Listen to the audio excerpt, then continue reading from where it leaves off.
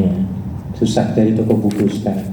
Ya, tutup semua karena online sekarang ya. Ya, di kota, di kampung saya, di kota dulu banyak, sekarang tinggal 1 atau 2 toko buku, tinggal 1 kayaknya. Ya. Gramedia sekarang udah nggak jualan buku-buku, cuma alat tulis, musik, bukunya sedikit sekarang. Ada cuma sedikit, nggak laku. Ya. Jadi sudah banyak online, bisa pesen lah buku ini dengan online-nya di Google bisa. Jadi yang dimaksud oleh pengarang Dr. A'id Al-Qarni dalam buku Bagaimana Menjadi Manusia Paling Bahagia pada poin nomor 10 ini adalah tentang kebahagiaan itu ternyata ada batasnya, ada visanya, ada paspornya, ada kadaluarsanya. Ya, kebahagiaan itu ada limitnya, ada batasnya. Kayak di sini terangkan. Makanan itu adalah kebahagiaan untuk sehari. Apa maksudnya? Maksudnya adalah kita kalau makan tiap hari seminggu tahu tempe, seminggu bosen apa enggak? Bosen. Enak apa enggak kalau gitu terus? Enggak enak. Nah, tahu tempe ya monggo, tapi 1 hari aja, besok lain lagi. Besoknya sayur bayam dengan apa ya Bu ya? Kalau di kampung apa itu? Sayur bayam biasanya dengan apa pasangannya? Ikan asin. Ikan asin. Iya, apalah. Nah, jadi yang paling enak makan makanan itu, ya, itu harus dengan menu harian. Saya kira ibu majikannya punya menu hariannya biar. Ya, mesti berubah itu orang yang berpendidikan dan ada uangnya itu biasanya beda-beda. Senin menunya daging putih atau daging merah, besoknya ikan, lusanya apalah tom yamnya biar. Nah, jadi itu yang paling enak. Jadi makanan adalah kebahagiaan untuk sehari. Bepergian adalah kebahagiaan untuk seminggu. Maksudnya apa? Seorang turis, tahu turis, pernah jadi turis di Indonesia pernah? Kalau sekarang bukan turis itu, bukan, udah mukimin permanen. Iya, orang yang bepergian paling enak, paling bahagia, paling pas, tidak melebihi dari seminggu. Benar loh, saya merasakan sendiri. Lebih dari seminggu nggak betah, nggak bisa masak, nggak bisa nyuci, nggak bisa pakai kotor semua, salinan nggak ada ya Bu ya. Bosen itu kalau di kamar hotel, apalagi numpang di rumah orang lain. Nah, ya, maka yang paling enak bepergian itu 5 hari ya Bu ya. Nggak sampai seminggu lah. Kalau udah seminggu tuh rasanya nggak enak, apalagi yang di kampung, kebunnya banyak, bebeknya banyak, kambingnya banyak ya Bu ya. Siapa yang nyirami kangkung, bayam, ngopeni kambing, wedhus ya Bu ya. Mesti akan teringat-ingat terus itu. Iya. Ya. Apalagi kalau sudah jadi nenek-nenek akan ingat apa? Rumah. Ah, cucu ini. Ingat cucu, akhirnya nggak betah, pengen pulang terus. Nah, jadi kembali kebahagiaan sebagai seorang pelancong ataupun turis ataupun wisatawan, enaknya adalah tidak melebihi dari berapa? Seminggu. Lebih dari itu bosen bener tuh. Iya. Pengen pulang lagi, pulang kerja lagi. Makanya orang yang apa itu seperti panjenengan ya, pulang ke Indonesia jadi turis ya. Iya, nggak betah. Mesti nggak betah itu. Udah seminggu, loh duitnya tinggal berapa ini? Jangan minggat lagi ke sini ya Bu ya. Nah, ternyata nggak enak banget, nggak punya duit ini ya Bu ya. Duitnya cepat banget habis. Balik Hongkong. Ya seperti itulah. Pulang Indonesia loh. Jadi itu maksud ya kebahagiaan, batas kebahagiaan bagi seorang turis. Nah, nomor 3-nya, pernikahan adalah kebahagiaan untuk sebulan. Pengantin baru itu yang paling enak atau pirang dino itu? Seminggu. Di sini sebulan ya Bu ya. Ya pas dengan honeymoon. Nah, bulan apa? Bulan madu. Ada madunya kan?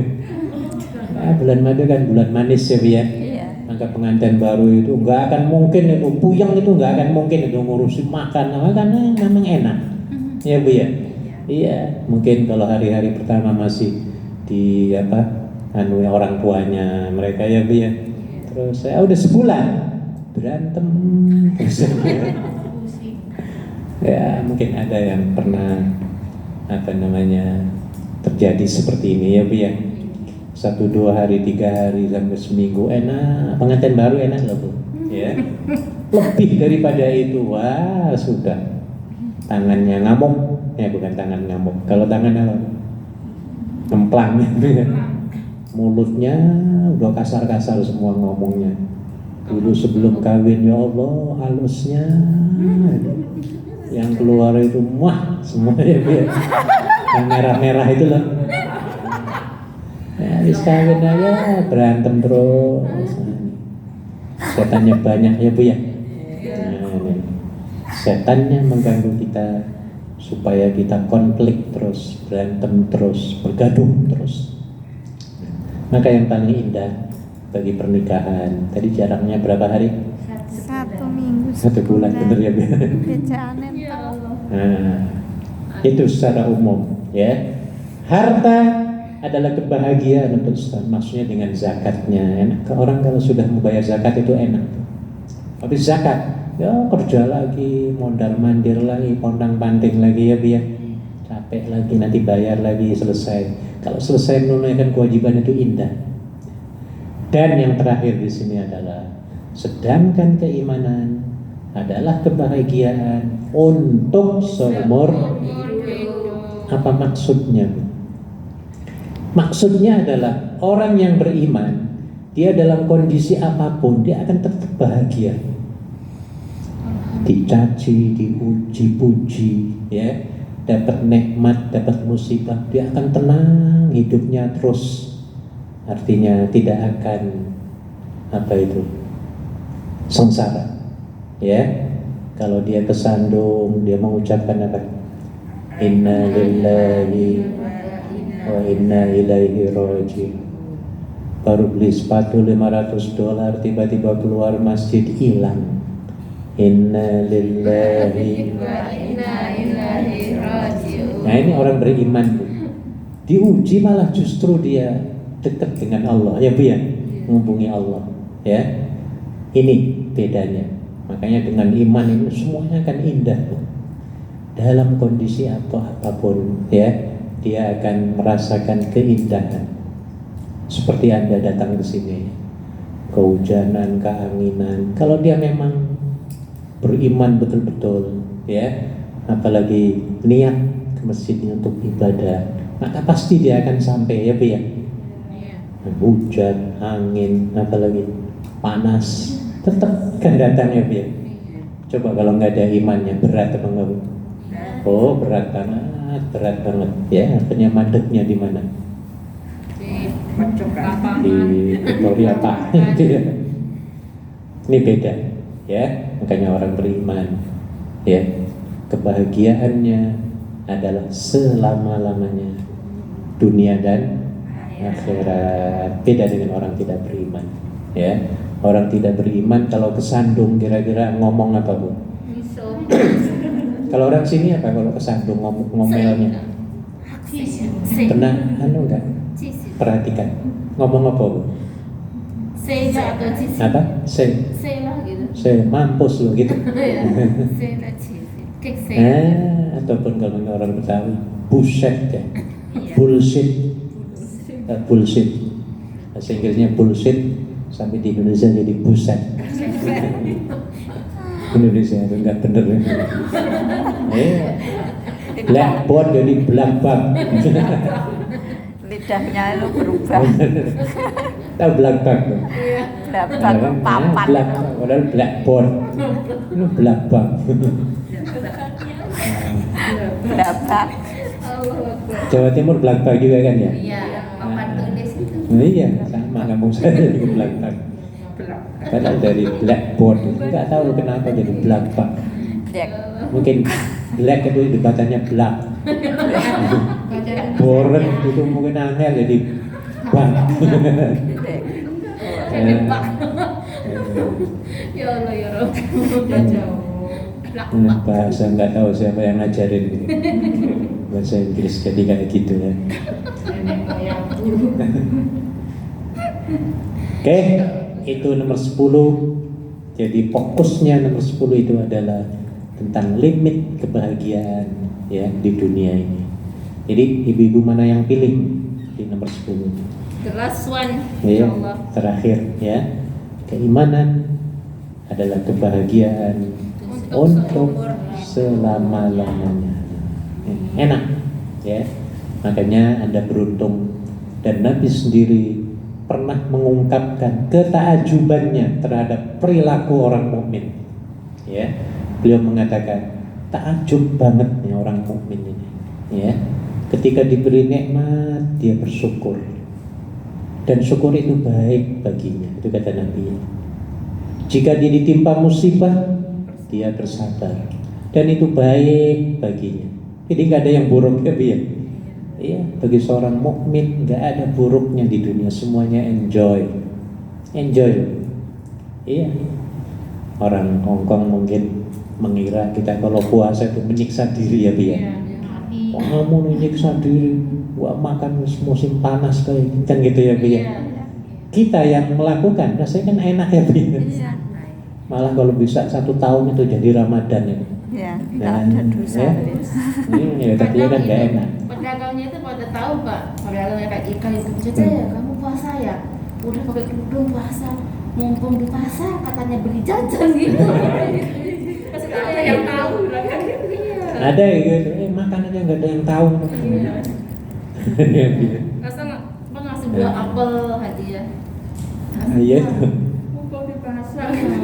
Iya, menurut mereka menyiksa, menyengsarakan. Menurut kita, wah enak, ya, pahalanya berlipat-lipat. Karena keimanan itulah yang menjadikan kita merasa senang walaupun perut lapar ya, Bu ya. Menurut mereka ya ada lapar sedikit-sedikit, ya, dan itu wajar.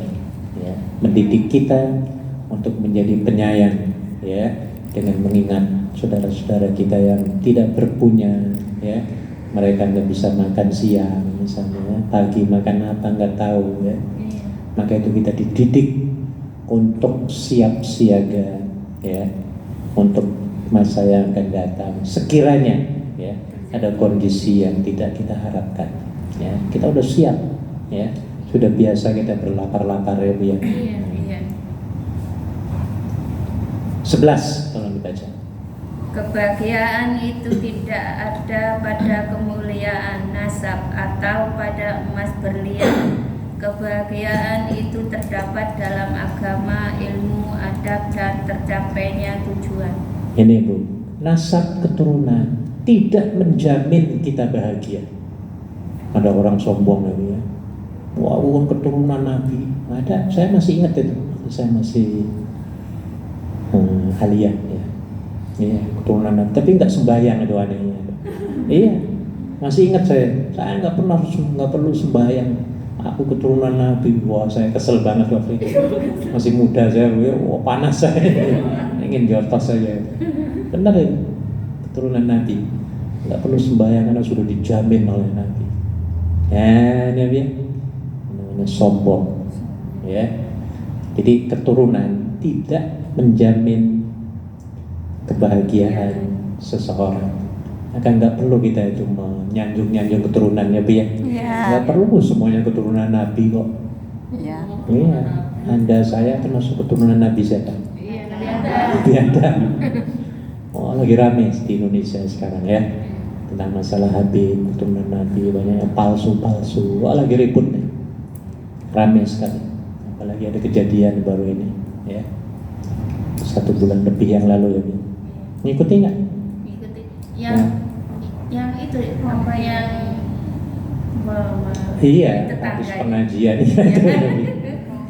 Iya, sampai begitunya. Wah, rame akhirnya sekarang orang pribumi banyak protes.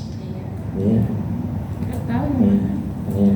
Ya, mass media makanya harus baca itu. Iya. Daerah Cirebon. Iya. Memberikan apa tausiah, tiba-tiba habis tausiah dia praktek. Iya. Ya. Tempat itu juga. Praktek dengan tetangganya. Ya, misalnya praktek yang nggak bener. Ya, rame banget ya. Turunan apa? Oke, jadi keturunan tidak menjamin kebahagiaan, ya. Walaupun bapaknya pemuka agama, misalnya dia ulama, anaknya belum tentu, ya. Makanya kita harus berusaha masing-masing. Aku adalah aku, harusnya kayak gitu. I am who I am, ya. Karena yang menjadikan bahagia kita adalah diri kita sendiri, ya, bukan karena orang lain, ya.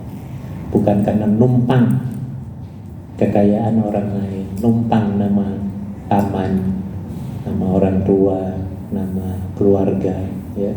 Oh itu loh paman aku jenderal, misalnya kan, ini namanya numpang apa? Nah, malah itu akan membunuh diri sebenarnya, ya. Maka kita tidak perlu berbangga-bangga dengan keturunan, dan Nabi pernah berpesan, ya, ketika beliau melakukan haji wada, ya, apa kata Nabi? La fadla li'arabiyyin ala ajamiyyin. Tidak ada kemuliaan itu atas Arab atau kepada orang Arab atas orang lain, ya, orang putih kepada orang hitam, ya, kaum ini atas kaum yang lain. Tapi kemuliaan itu didasarkan kepada takwa. Jadi bukan kepada ras, ngerti ya Bu ya? Bukan kepada suku, bukan, ya, bukan kepada keturunan, misalnya keturunan Arab aja ada Abu Jahal, ya Bu ya, Abu Lahab, Abu siapa lagi? Abu yang lain, ya Bu ya. Nah, itu udah nggak kedengeran namanya, itu hilang terkubur gitu. Nah ini ya, jadi kita harus bangga menjadi pribadi yang bertakwa kepada Allah.